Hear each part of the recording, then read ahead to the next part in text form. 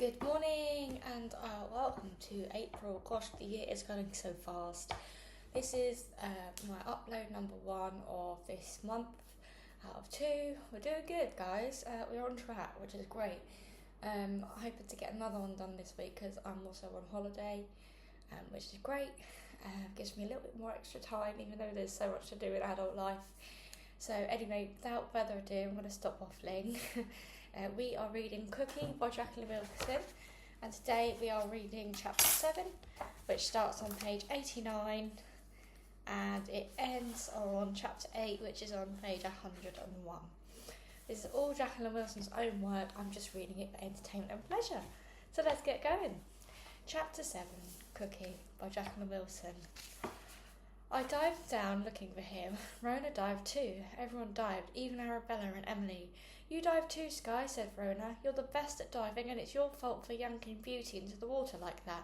It was just a joke, said Sky sulkily, but she dived too. I dived until my eyes streamed and my heart thumped. I was desperate to find little Nicholas. I'd only owned him for 20 minutes, but I'd already loved him with all my heart. I couldn't find him. Rona couldn't find him. Arabella and Emily and all the others couldn't find him.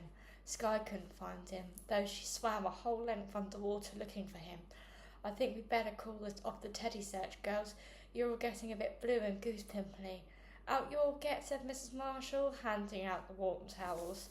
I tried one last dive, holding my breath and keeping my eyes wide open, my hands scrabbling sideways across the pool tiles like pink crabs. There was no sign of Nicholas Navy Bear. Come along, Beauty, you must get out now, said Mrs. Marshall, hauling me out and wrapping my big towel around me. Mr. Marshall was in charge of the hot chocolate to warm us all up. Don't look so upset, sweetheart, he said to me, popping 2 extra marshmallows into my mug. I'm sure we'll be able to find you another little teddy. He was so kind, I felt tears prickling my eyes. Oh, Lordy, look at old Ugly. She's blubbing like because she's lost her little teddy weddy, Sky muttered. You can be so mean sometimes, Sky, said Rona. She ran off, towel wrapped around her like a togger. When Rona came back, she had something clutched in her hand, something small and furry in striped pyjamas. Rona's found him, said Arabella. No, this is my teddy, said Rona. She thrust him into my hand. But he's yours now, Beauty. I can't take Reginald Red Ted, I said. Yes, because of course you can. I've just got heaps of new birthday teddies, so you have Reginald Red Ted. Reginald Red Ted, said Sky, rolling her eyes. What kind of name is that? I think it's a brilliant name, said Rona. Beauty made it up.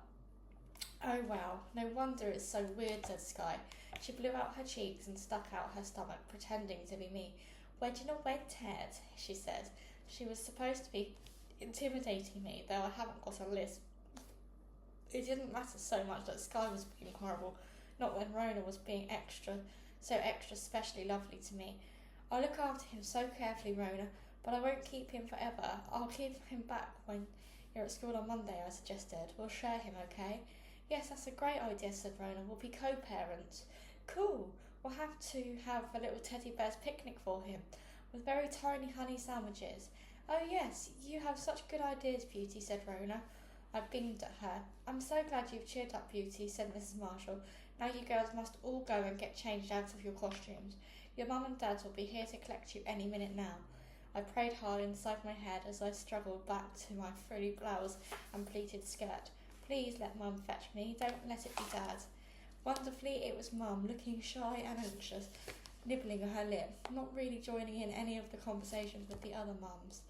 Most of them didn't realise she was a mum.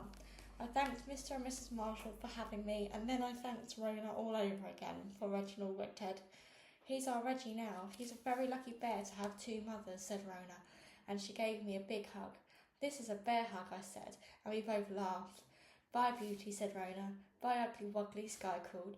She was collected by her posh au pair. What did that girl call you? Mum asked as we got in the car. Oh, just silly stuff, I said quickly. Did she call you ugly? Said Mum. How dare she? I've got a good mind to go back and slap her. It's just her stupid nickname for me. Do they all call you that? Rona doesn't. So the others do. Mum sounded as if she was going to burst into tears. I clutched Reginald Red Ted for some courage. I tried to smile at Mum reassuringly. It's no big deal, Mum, honestly. We've all got nicknames. One of the girls is called Poo Poo. It's just their idea of fun. Said Mum. I think ugly is a horrid nickname. Can't they call you something else? They do sometimes, I said, but I knew weirdo, wobbly bum, brain box and the new corkscrew weren't necessarily any kinder than ugly. I think you have to invent a nice nickname for yourself, said Mum. Let me think. She drove slowly, humming along the music onto the car radio. They used to call me Dilly Daydream at school, and your dad used to be called Cookie because of his surname. Your surname? Can't your new nickname be Cookie? I thought about it. I quite like the name Cookie. It sounded funny and bouncy and happy. Not really like me. I can't get them to start calling me Cookie, I said. It doesn't really work like that, Mum. They decide what they're going to call me. Said Mum again. We'll find a way of encouraging them along the Cookie route. She took one hand at the steering wheel and patted my shoulder sympathetically. She very gently tugged a lock of my damp hair. That was a bit of a waste of 50 quid, she said. Will Dad be mad, do you think? I asked. Maybe, said Mum, sighing. Dad was mad. He usually came home jolly after a day's golf, but we knew as soon as he heard the door slam and thump as he threw his shoes in the rack, he was furious. He stamped into the living room in his socks and poured himself a large whisky, barely looking at us. Oh dear, said Mum in her sweetest trying to please voice. Didn't you have a good game, darling? She made a little shilling motion to me, so I started sidling out of the room. I won both games, as a matter of fact, said Dad, glaring at her. My golf swing is pretty lethal at the moment, and I was playing with a bunch of blithering idiots. I just don't get it. I've given them every incentive. It'll be so simple for them to fix things for me, but they all witter on about their hands being tied. It's so frustrating sucking up to the lot of them all day long, getting nowhere. Absolutely blooming nowhere. I dithered in the doorway. Is this the water meadow still? Said Mum. I thought you said it was all sewn up. Some cowardly nincompoop unstitched it all. He says there's no way they'll ever grant planning permission. Oh dear, that's a bit of a limp reaction. Is that all you'll say when the guys I owe start clamouring for money and I haven't got the wherewithal to pay them? Will you just say oh dear when the entire business goes down in the pan and we're looking out of this lovely house, sitting in the gutter looking stupid? I crept in the hall, biting my nails. Jerry, don't. You know you'll sort things out. You always do. Come on, put your feet up, relax a little. Shall I run you a hot bath? You can get me a hot meal. I'm starving. Shove any old muck in the microwave as if I care. I didn't pick you for your culinary skills. I picked you for your looks. I hated the way Dad talked to Mum, as if she was some silly doll. Hot meal coming right up, darling, she said Mum. She sounded like a doll too, as if someone had pulled a tab in her back to make her parrot a few silly phrases. I knew she was simply trying to sweet-talk him out of his mood, but it still made me squirm. It seemed to be working though. You're certainly looking good tonight, babe, Dad said. Like the hair, it's perked up a treat. So what about Beauty? Let's see her new hairdo. Oh, Beauty's upstairs, said Mum loudly. She got tired out at her party. I scooted up the stairs 2 at a time, but I was still wearing Mum's high heels. Tripped over, bumping my knees. Beauty, said Dad, going to the door. Oi, Beauty, I'm talking to you. Come downstairs into the light. Let's have a proper squint at you. I walked down the stairs, holding my breath. Good God, you're a right sight, said Dad. You look uglier than ever. I felt the tears pricking my eyes. I pressed my lips together, trying hard not to cry. Jerry, shut up, said Mum. Don't you dare tell me to shut up in my own house, Dad said. What in God's name have they done to the kid? She's all over rat's tails. He took hold of me and tugged my hair in disgust. Stop it! Don't you dare hurt her, said Mum. I'm barely touching her. So did you actually pay good money, my good money, for this terrible hairdo, Dilly? It was a silly idea to start with. Beauty's just a little girl. She doesn't need fancy hairdos. It didn't really suit her at all those curls. Then it was a swimming party, so of course she got wet. I thought you were going to paddle, Beauty. What's the matter with you? Whatever made yourself dunk yourself head first into the pool and ruin your hair? Don't you want to look pretty? Don't pull that silly face, nibble at your lip like a blessed rabbit. Stand up straight and don't hunch like that sticking out your stomach. Don't say another word to our lovely daughter. Beauty, go upstairs, darling, said Mum. I ran upstairs to my bedroom. I put my hands over my ears so I couldn't hear them arguing about me. I saw myself in a Phoenician glass mirror. I tried brushing my hair. It stuck limply to my head. I looked at my big face and my fat tummy and my ridiculous clothes. Dad was right. I did look a sight. No wonder Sky and Arabella and Emily and all the other girls called me ugly. It wasn't just a play on words because of my silly name. I really was ugly, ugly, ugly.